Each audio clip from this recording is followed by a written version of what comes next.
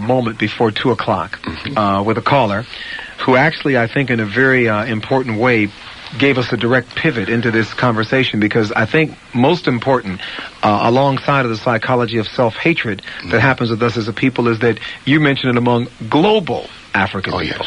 Yes, because of course we're dealing with a global power, the global European power, and a global economy which is under the influence of course, under the control of Europeans and works to the benefit of Europeans. And it's in the context of that global economic power and the attendant military and other powers that the African personality is shaped. So hardly any African group, any significant African group, escapes that shaping process. There are those from the Caribbean, as in the caller, and I wanted to maybe have us talk about this, who feel that perhaps maybe people from the Caribbean, for example, because of what is projected here as a strong work ethic, coming in from out of the country, working, setting up businesses, that it may be significantly different there. But we see the same game being played. As we talk further in this segment, we will see that all classes of black people are servants to Europeans. And whether you're middle class, upper class, if there is one, a lower class, you're from the continent or from the Caribbean, from the American system here, the basic role is the same. But within that role are different levels and different degrees and different characters. The white system does not produce one black character. It produces a set of characters. For example? And it produces characters that serve different functions, and those characters will have some relationship to their geographical background, the historical experience, and to other kinds of things that go on in the world. You said the system creates characters. Oh, yes. What do you mean? Give me an example of what you mean.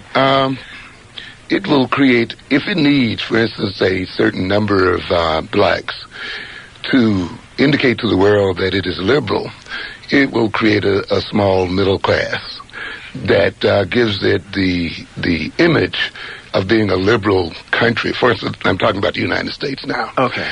And these people then will be used to try to deceive other black people into thinking that their lack of achievement is the result of some individual deficiency in their personality. It often so needs a group that sees to its interests among the oppressed masses, and it often then must create a class such as a neo-colonial class, the ruling governmental classes, to see to its interests while creating the impression again that these people are free and independent. So it will even create criminals to justify repression. So it has a role for almost any segment of our community. And all of these roles, in one way or the other, justifies its existence, you see.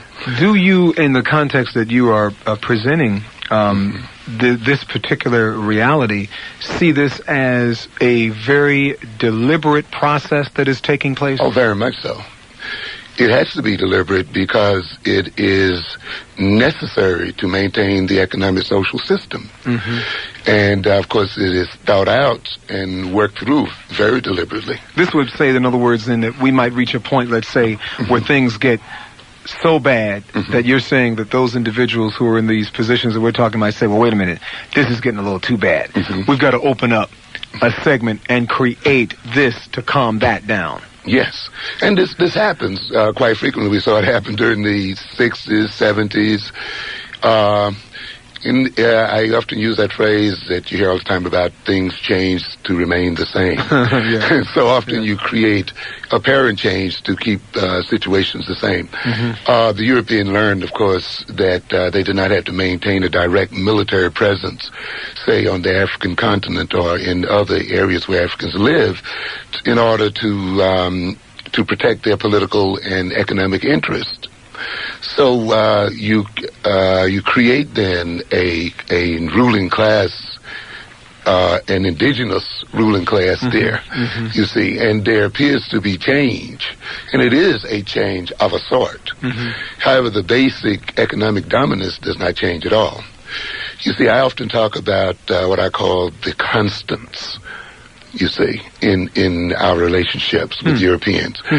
And it's important that we look at the constants, not the superficial changes, you see. Interesting. Yeah. And often what happens is that first the European makes superficial the African intellect and makes superficial the African intelligence, so that the African can be deceived by superficial changes, while the basic and fundamental relationships are not changed at all.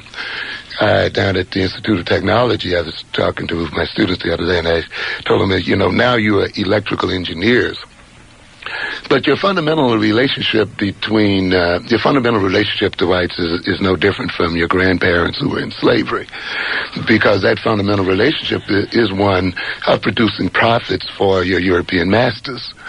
And so if at some point making blacks engineers, or letting them be engineers, or letting them be computer technologists, or even letting them be president of the United States, will maintain that constant relationship, that change will occur. And so often people then will respond to that apparent change and miss the fact that the fundamental relationships have not changed at all. You mentioned in the context of these constants, it is, and we mentioned this a bit earlier in the first hour, and I mentioned it to you when we were in the break, the one thing that does seem to absolutely be constant and consistent in whatever discussions we have, whether they be about politics, economics, culture, family, whatever, is this issue of learning to love ourselves versus self-hatred. Right. How does the system go about creating or perpetuating this pattern of self-hatred? Self-hatred is necessary for the system. I want to lead this segment off by indicating something I say quite often, that in order for this system to maintain itself, it is a political necessity for black people to be out of their minds.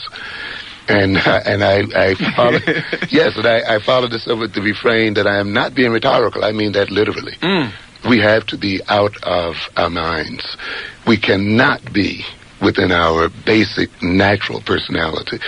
When you have a minority group of people that exploits a vast majority group of people the way our people are exploited along with other people, and those people are exploited without being directly put under the gun, or being directly put into concentration camps, when those people are exploited by just going about what they see as their daily way of living, those people can only be exploited by being out of their minds, by being off-center, off-base. And I try to indicate then one of the fundamental things about a black psychology and African psychology in the context of today's world is that the African psychology must begin from the fundamental assertion that it is a political necessity for black people to be out of their mind. It is a political necessity for black people to be dumb. And that does not excuse even blacks with PhDs and well-educated. And I'll explain that in greater detail later on. You see, as we go along, how dumbness becomes endemic through all class levels of the black community, and how even education itself is an education into dumbness. It is very interesting that you were saying it. I recall that in Richard Pryor's, I guess, peak of success, when he released an album called That Is Crazy. Yeah. The interesting thing about it was when one listened to the content of the things that he was pointing out some very serious things that were part of living in this society. Definitely. But he was saying something in that concept, which was that you did have to operate from the mentality of being crazy to actually function in this space that they had put you in. You could not, the world could not be other than it is unless this were the case. You see, so self-hatred is the central keystone of the whole edifice.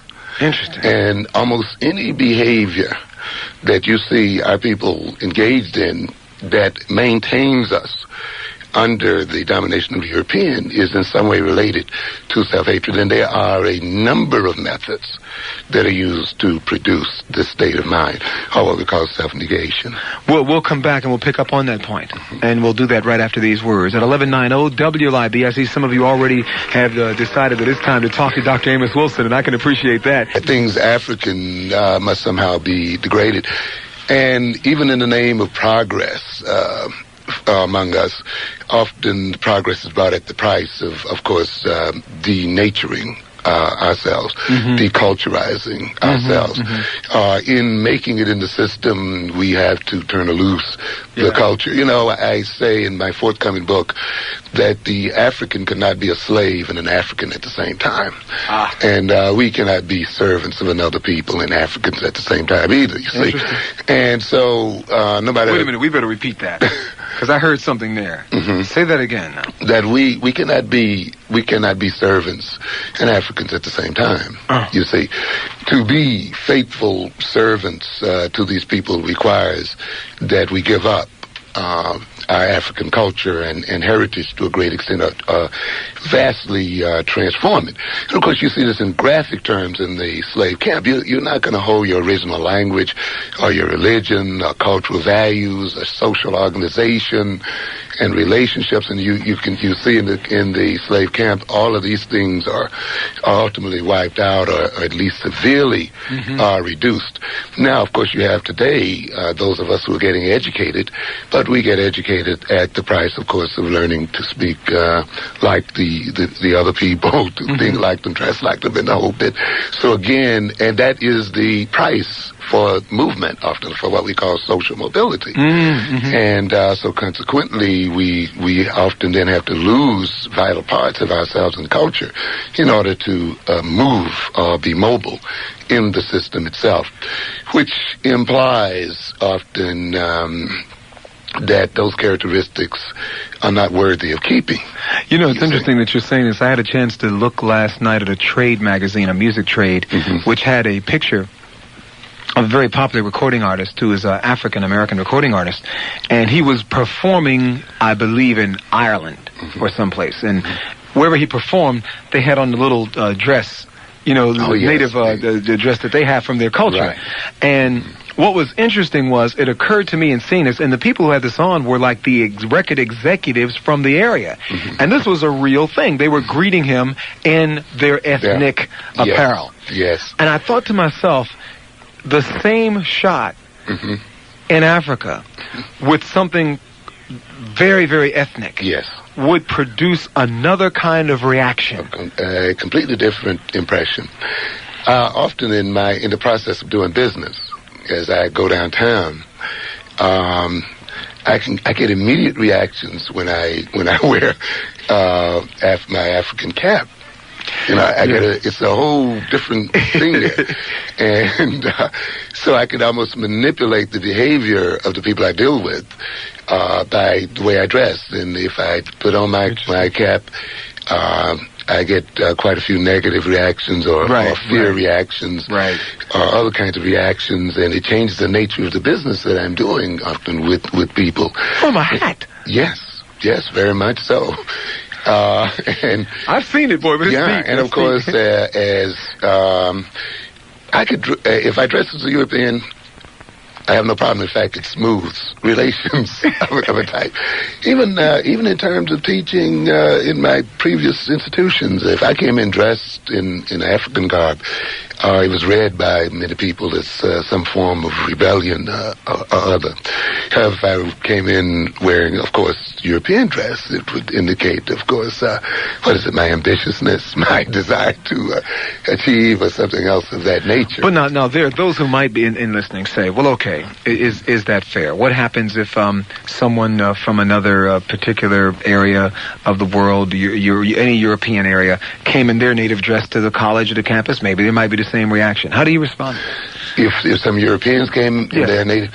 to lecture or whatever, you know. Well, that's seen as par for the course, and as quite appropriate and in tune. You were attempting to take them into a deeper meaning of your presentation or whatever. Because, of course, we read clothes. We read images that are given off by clothes. And this is particularly true of African Americans. Because often it has been used to symbolize rebellion on our parts, or symbolize non-acceptance of standard values and approaches, which is extremely anxiety-provoking for whites. You see, because their system, as I indicated earlier, of course, it relies upon our acceptance of it and seeking to be a part of it. And when you signal that you may not be this way, and that you may be, and there may be others out there like you who are not this way, then there's that system which depends on us being in a certain way is threatened. And you get a fear reaction and a defensive reaction, you see, and quite often an offensive one, because it's an attempt to put back in place what is getting out of place. Of course, it's a part of the old thing of what? Keeping one in his place. Because there is a certain place that we must be kept in order for the system to be kept. And this goes back to your statement, we cannot be servants or slaves and Africans at the same time. You cannot. No. Amazing. That's why the system must denature you in various sorts of ways. And certainly deculturize you. Deculturize you, certainly. And in the name of a lot of things. In the name of education, or the name of professionalism, or being joining the mainstream, or whatever. But that's the essence of power, anyway. Yeah. You see, that the group in power is in a position to demand certain behavioral characteristics and certain dress codes and the whole bit. And it's certainly one of those things, of course, is to demand the idea that those people who are in the oppressed position actually hate themselves. And certainly power is being built on that in this case. We will break for a minute. I know Pat Atwell is standing by, probably with both ears very keenly placed to what we're talking about this afternoon. I know that. And we'll come back and talk with Dr. Amos Wilson. And you, those of you who have joined us already standing by, we'll come back and we'll move to your telephone calls for Dr. Amos Wilson and the psychology of self-hatred among global African people. When we return after this at 1190 WLIB. Our ultimate truths, and how we oftentimes don't get at the ultimate truths when we discuss things, especially with a question like this. And if I'm wrong, you can tell me. But from the history that I've learned and from what I can deduce from it, the whole thing really got started from the whole idea of the first Bible. Not the first Bible, but the versions of the Bible where you have the Genesis and the curses and all of that. And with the Nicene Council. And coming down from there, with the Papal Bull. Pope Martin V and Bishop Las Calles. Yes. See, that really put a stamp on all of it. Let's get a response, perhaps, from Professor Wilson. Definitely the Bible, as it has been used in many instances, has been used to justify many things. And certainly it has been used to justify the enslavement and servitude of black people.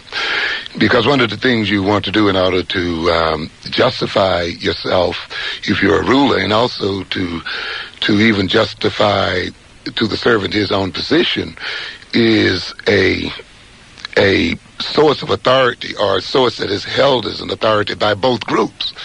And since often, at least for the Europeans, the Bible is seen, at least some, as a source of authority and truth, and at the same time by Africans who've been held in captivity as such. When one invokes it to justify servitude, it has a very powerful and persuasive effect on both groups and helps to justify it. I don't know whether the Bible was used as the beginning of it, because slavery, of course, has a very long history, even older than the Bible. But certainly the Bible has been a major part, has been used by our enslavers to justify our enslavement. Professor Wilson, would you comment on something that does come up from time to time, this issue related to religion again? There has been, obviously, a question raised by a number of people, nationalists and otherwise, of what the effect is of the worship of a Caucasian Jesus Christ figure in the church, which should be mentioned, operates against the backdrop of a black Madonna. Certainly. Within the same religion that it actually is practiced in. Certainly. But the thing that we have to recognize very clearly is that in a racist society, or in a society where people are held in oppression, every institution in that society is essentially going to have the same goal in mind, that is to maintain the status quo. Mm-hmm. No institution escapes from that. And this is the thing that we have to keep in mind. Religion is an institution of this system. Education is an institution. The family structure is an institution. The justice system is an institution. The economic system is an institution. And each one of those institutions are not there to work against the interests of the people who are in control of them. So it should come as no surprise to anyone that religion will serve the intentions of the people who are in control of it and in control of its interpretation. We should not expect religion to be an exception to the rule. No. And I often tell, people, I try to get across the idea, you see, we have to recognize very clearly that it is through the institutions constructed by a society that society actually creates the personalities and the people and structures the society so that it may maintain its existence. And it is not going to permit an institution to exist that works against its existence. For religion ultimately to exist in many states, it has to become an arm of the state. It cannot, when it is seen as being against state interests, you will see the religious persons being persecuted and destroyed. The Romans stopped persecuting the Christians to a good extent because it ultimately makes Christianity a part of the Roman state, and it functions to serve the state. So this is why we have to recognize when we look at institutions of any kind, that includes the family institution as well, the institution upon which families are based, which we'll talk about in some following program about love. That's supposedly the basis for marriage. We will see when you look at those institutions in relationship to oppressed people, they will always work in opposition to their names, to their titles, okay? Such that, we're going to talk about the reversal, how black people must be made backwards. We have to be backwards, and our personalities have to be reversed to maintain the system. And it is the institutions that reverse the personality. What do you mean by the institutions in this case? Blacks have to be made dumb by education. Okay? They have to go to school to learn to be dumb. All right? We have to learn the economic system in order to be what? Poor. All right? We have to go to the justice system in order to be criminalized. And so you will see we are hooked into the European marriage system to have what? Broken families. And you study each one of them, and you look at the religious system to fall under the control of these other people, to be victimized. I often say the churches will take us to hell, because often the ministers and other people who are in them, because of the way they're structured and because of their own miseducation, in guiding the people, misguide the people. They have love for them. They have great intentions for them. But with wrong knowledge, if they're struggling with their own self-hatred, you're not going to be filled with self-hatred and have a distorted mind and guide people properly, no matter how much you love them and how great your intentions are. And therefore, when you build churches based on it, he mentioned the conferences, the Nicene conference, where we know that the Bible was sort of put together, and when you look at schools of theology that interpret the Bible within the context of the European power structure, and you have ministers then who move forward under that theology, despite their love, often and despite their intention to get the people into heaven, they will often misguide them into hell.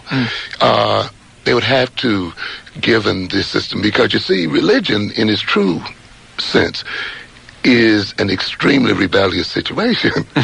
Because, first of all, the truly religious person is not a person who falls under the authority of other individuals. One loves God above all else, so that all else has no power. You see? But when you love men, when you love the acceptance of men, the approval of men, status and position, and you need men to love you and all of this kind of stuff, these people are your gods. And you worship them before anything, and therefore you fall under their power. You see, and therefore the truly religious person who loves God better than life cannot be coerced in any kind of behavior, even at the threat of his death. And therefore you have very few really religious people in the world today, you know. WLIB, Professor Amos Wilson is our guest, and you're on the air with him at WLIB. Yes, my brothers, I respect both of you. Thank you. All right, and I'm sitting here and I'm taking all this in, and at the same time I can't help but to think about what happened in Brooklyn with the telephone company, because I feel it's a sabotage thing, and I'll get into that in a little later. And concerning our sense of self-hatred, because I feel it's a retaliation against our boycotting the system. You know, and what better way strategically would be to knock out a phone company, and this way everything else seems to be helpless for the moment. A lot of confusion. You know, and I feel there are some solutions to counter self-hate.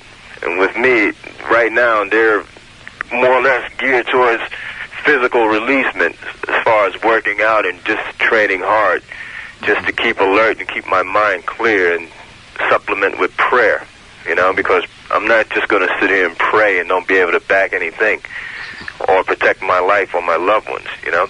And the last part, Brother Gary, is remember, the white man has a God complex, because we need to dwell into that, and we can understand who we are and where we're really coming from, because we're bombarded with the psychic garbage every day with soap operas and everything else. And then you look at this series America, and that deeply, to me, analyzes the whole situation. I don't see we need to go any further with that, but I do appreciate that this brother is here bringing this out in the light.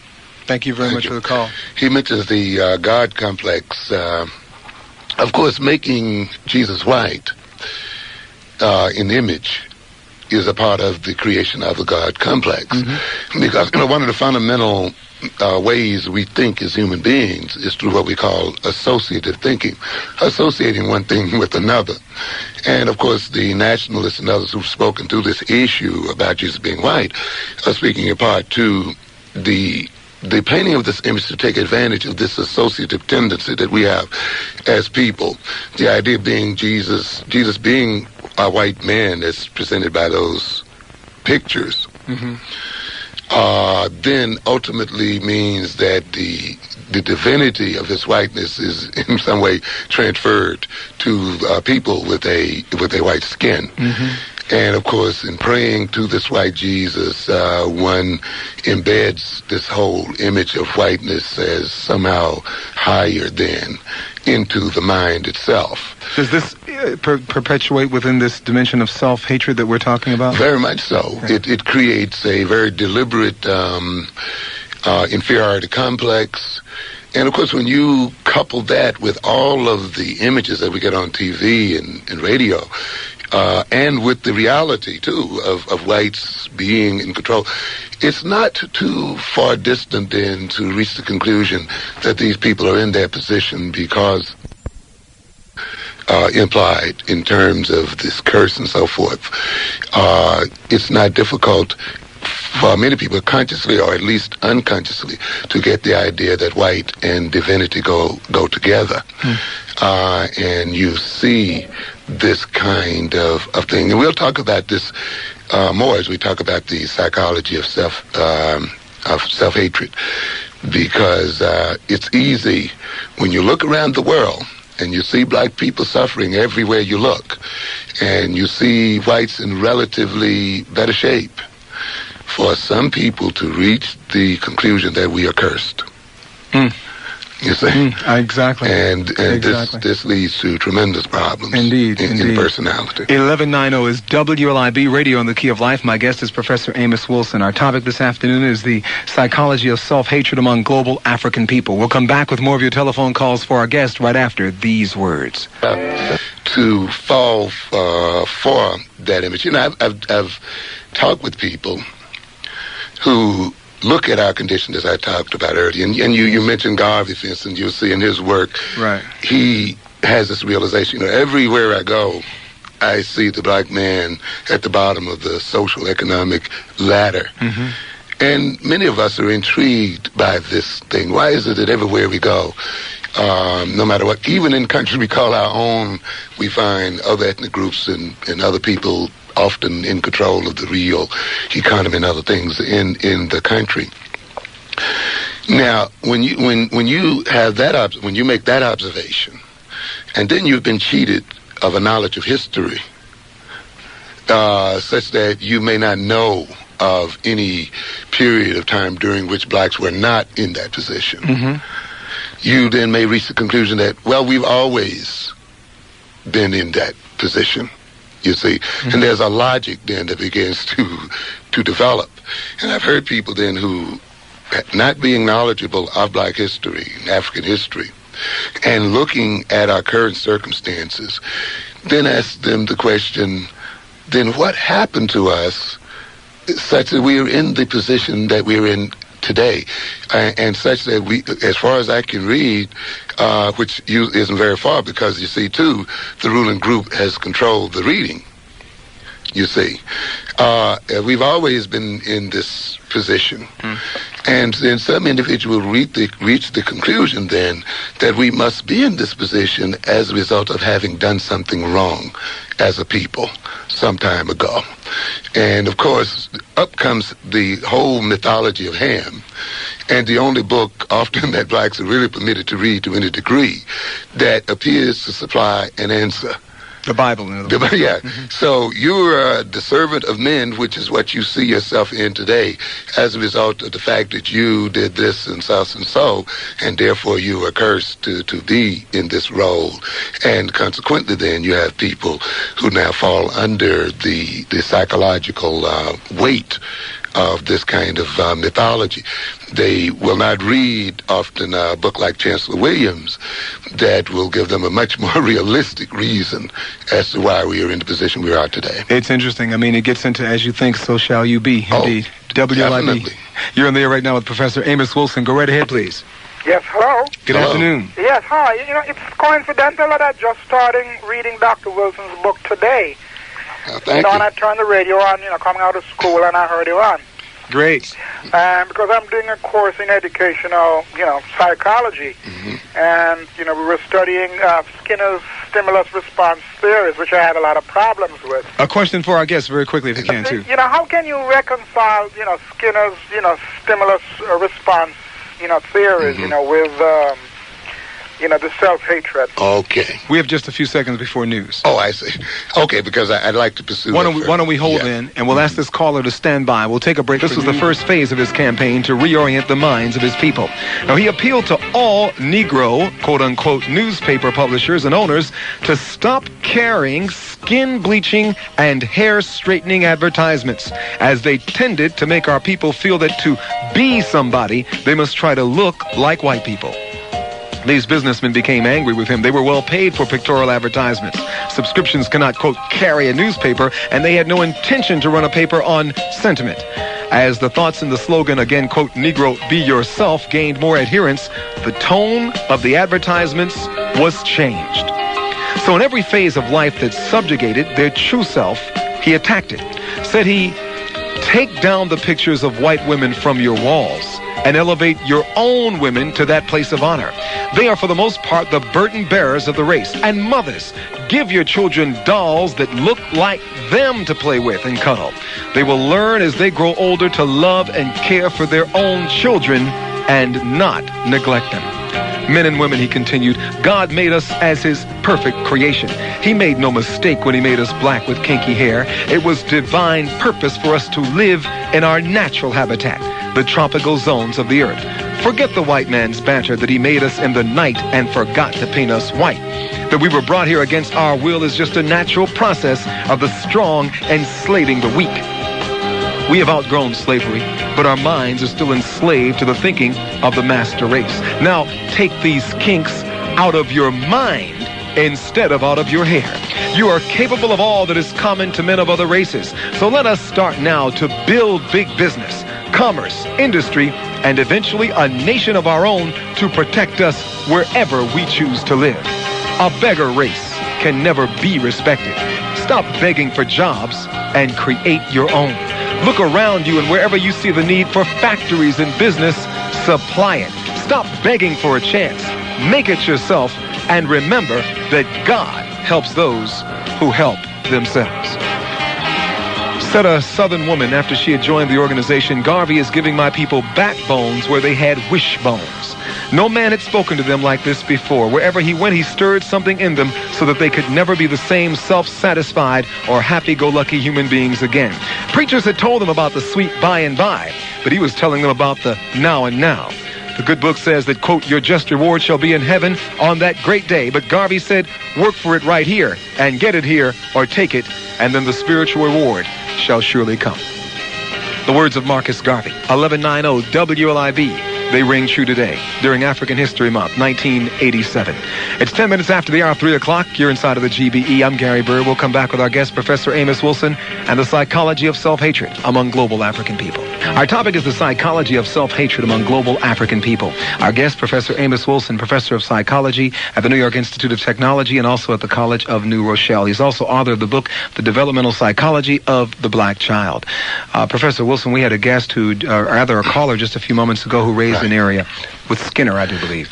Very, very important area, because the topic of what we call Skinnerian conditioning, instrumental conditioning, is a standard topic raised in psychology. The essence of Skinnerian conditioning, or sometimes SR psychology, particularly of Skinner's type, named after B.F. Skinner, Harvard professor, who didn't so much discover new principles as just codify ways of behaving and consequences that already existed. The essence of it is that behavior is controlled by its consequences. Okay. That behavior that brings good consequences tends to be repeated and increased in frequency and probability of occurrence. Behavior that's followed by negative consequences tend to be decreased or eliminated. And a very simple but very powerful principle, and that's really the essence of it. And conditioning involves, to a good extent, you see, manipulating reward and punishment in order to bring about particular changes in behavior, you see. And so it's a very, very important psychology that many black students are educated in and don't understand at all. What's the twist on it in terms of self-hatred? The twist is the essence of power. You see, at first, this psychology is often presented in terms of a rat. Okay? You put a rat in a box or in some condition, and if it behaves in a certain way, you give it something to eat, you give it something to drink. Okay? That's a reward. If it behaves in a way you don't want it to behave, you give it an electric shock, punish it, or don't give it food. So, of course, because it wants to eat, and of course you make sure you've starved it before you put it in to the system. So if it wants to eat and so forth, it eventually learns the relationship between certain behavior and certain consequences. So if by standing up on its two hind feet it gets fed, it will stand up on its two hind feet much more frequently than before the system was put into order, you see. So the rat is conditioned by living under those circumstances. The experimenter who has control of the rat, you see, can create certain behaviors or reinforce certain behaviors in the rat by determining which behaviors will be rewarded and which will be punished. Now, where black students are miseducated in these psychology classes is that often the lesson is left right there. Okay? And I use this experiment, as a matter of fact, to get people to understand the difference between equal education and a relevant education, of how a black student can be equally educated with a white student. They just learn the same thing and be made dumb by the same learning. Now, a black student and a white student can learn that principle in the same way, but it doesn't have the same effects. Because you can look at this relationship between the experimenter and this rat as a power relationship, as a political relationship. You see, which says this experimenter who has control of the rewards and punishments of this rat is able to create behavior in this rat as a result of having that power. You see, being that he has control over the rewards and punishment, he uses that control to condition the rat. And then when I move on from there, I ask my students then, who has control of the water that comes into your neighborhood? Who has control of the food, the control of the jobs, controls of the symbols of status, control of information, and we go on and on. Can't you see that you are the rat? You see, this is where you end when you're talking to black students. You don't end with the rat and the experimenter. Right. You see, and a black student who has not been taught that, and who has not been taken to have that experiment moved out of its standard presentation into politics and into the reality of his life, is miseducated, even though he's learning the same thing that the white student learned, you see. And this is why I try to get across to the people. You must understand, having our people learn the same thing a white student learned is not going to get you out of your condition. Now then, you have to look up on if you look up on the Harlems, the Bed-Stuys, even whole nations where blacks live in the world today, they are boxes. And we are rats in them.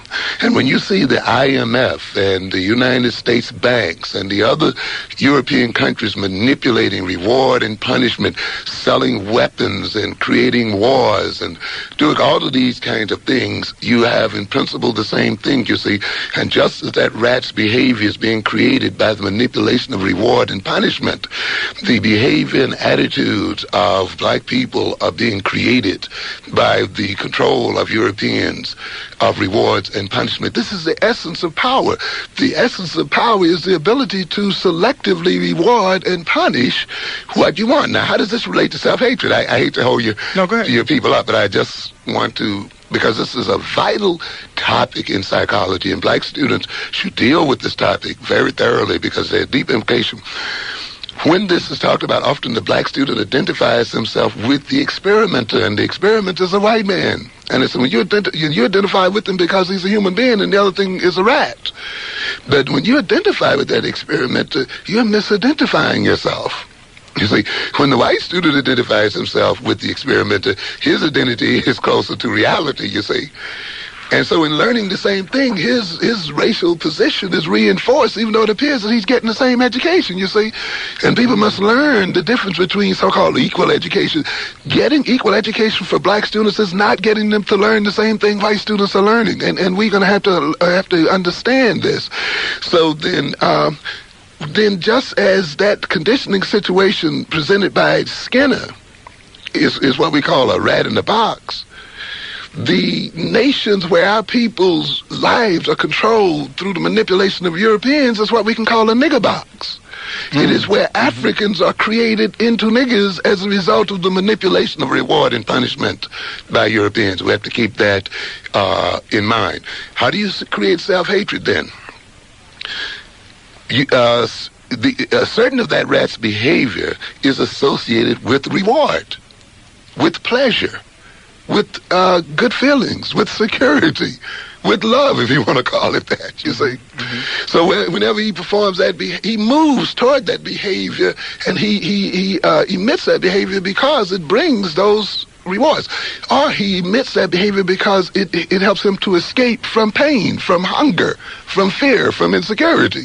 You see, and that's another method used in these Skinner boxes, you see, of where if we don't reward the animal, we permit him to escape pain Okay.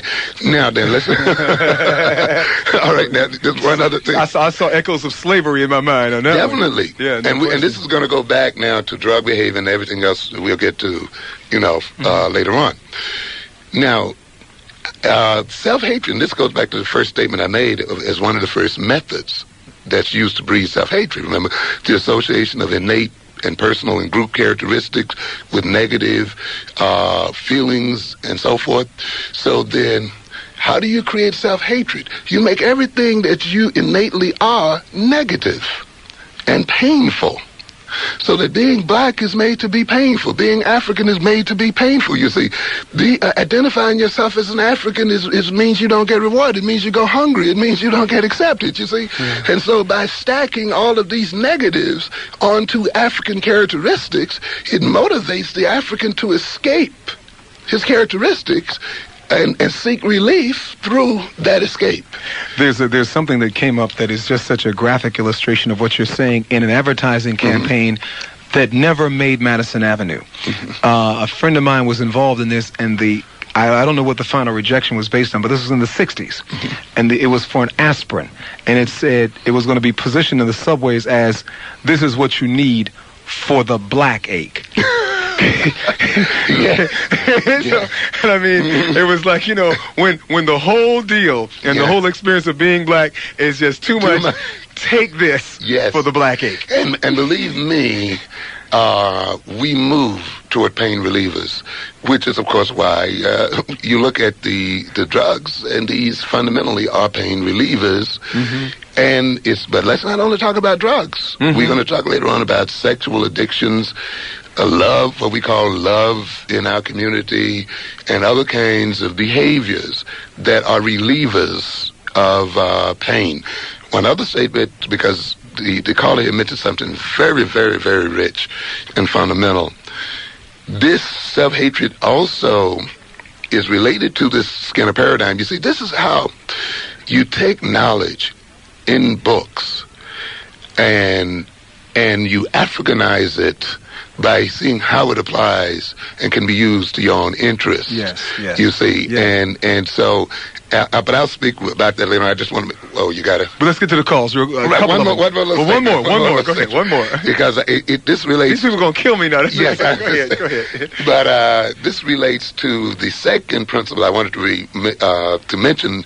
That produces self-hatred, and that is to actually create the negative characteristics in the individual group via what I call the self-fulfilling vicious cycle, created incompetences and the creation of subcultures, but through the use of this Skinnerian conditioning, create the actual characteristics that you will come to hate later on, and that the individual will come to hate in and of himself. So in other words, the black man, as we see him today, is a created person.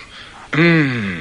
And he's an environmentally created person. Yes, he is conditioned. You see, one of the reasons why you want to remove European power is that you want by removing that power, you also remove his ability to create you. And by gaining that power yourself, you move into the ability to be self-creating. WLIB, I'm Gary Bird. You're on the air with Professor Amos Wilson. Good afternoon. Oh, good afternoon. Good afternoon. Mr. Bird and to the professor. Good afternoon. My question is, which have always puzzled me, concerning the Bible. I would like to ask him a question, and then if he can answer it, hang up and listen.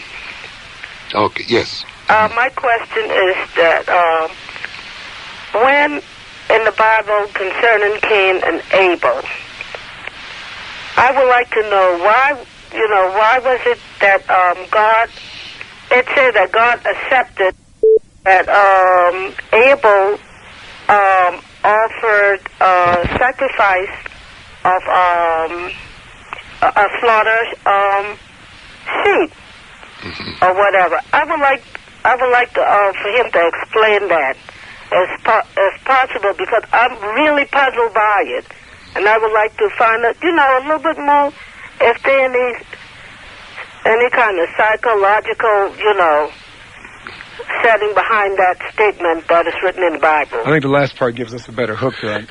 Yes, because I definitely have to be honest with you. I can't deal with the first segment of that question, which certainly would have to be referred to religious scholars and people who've studied this kind of information.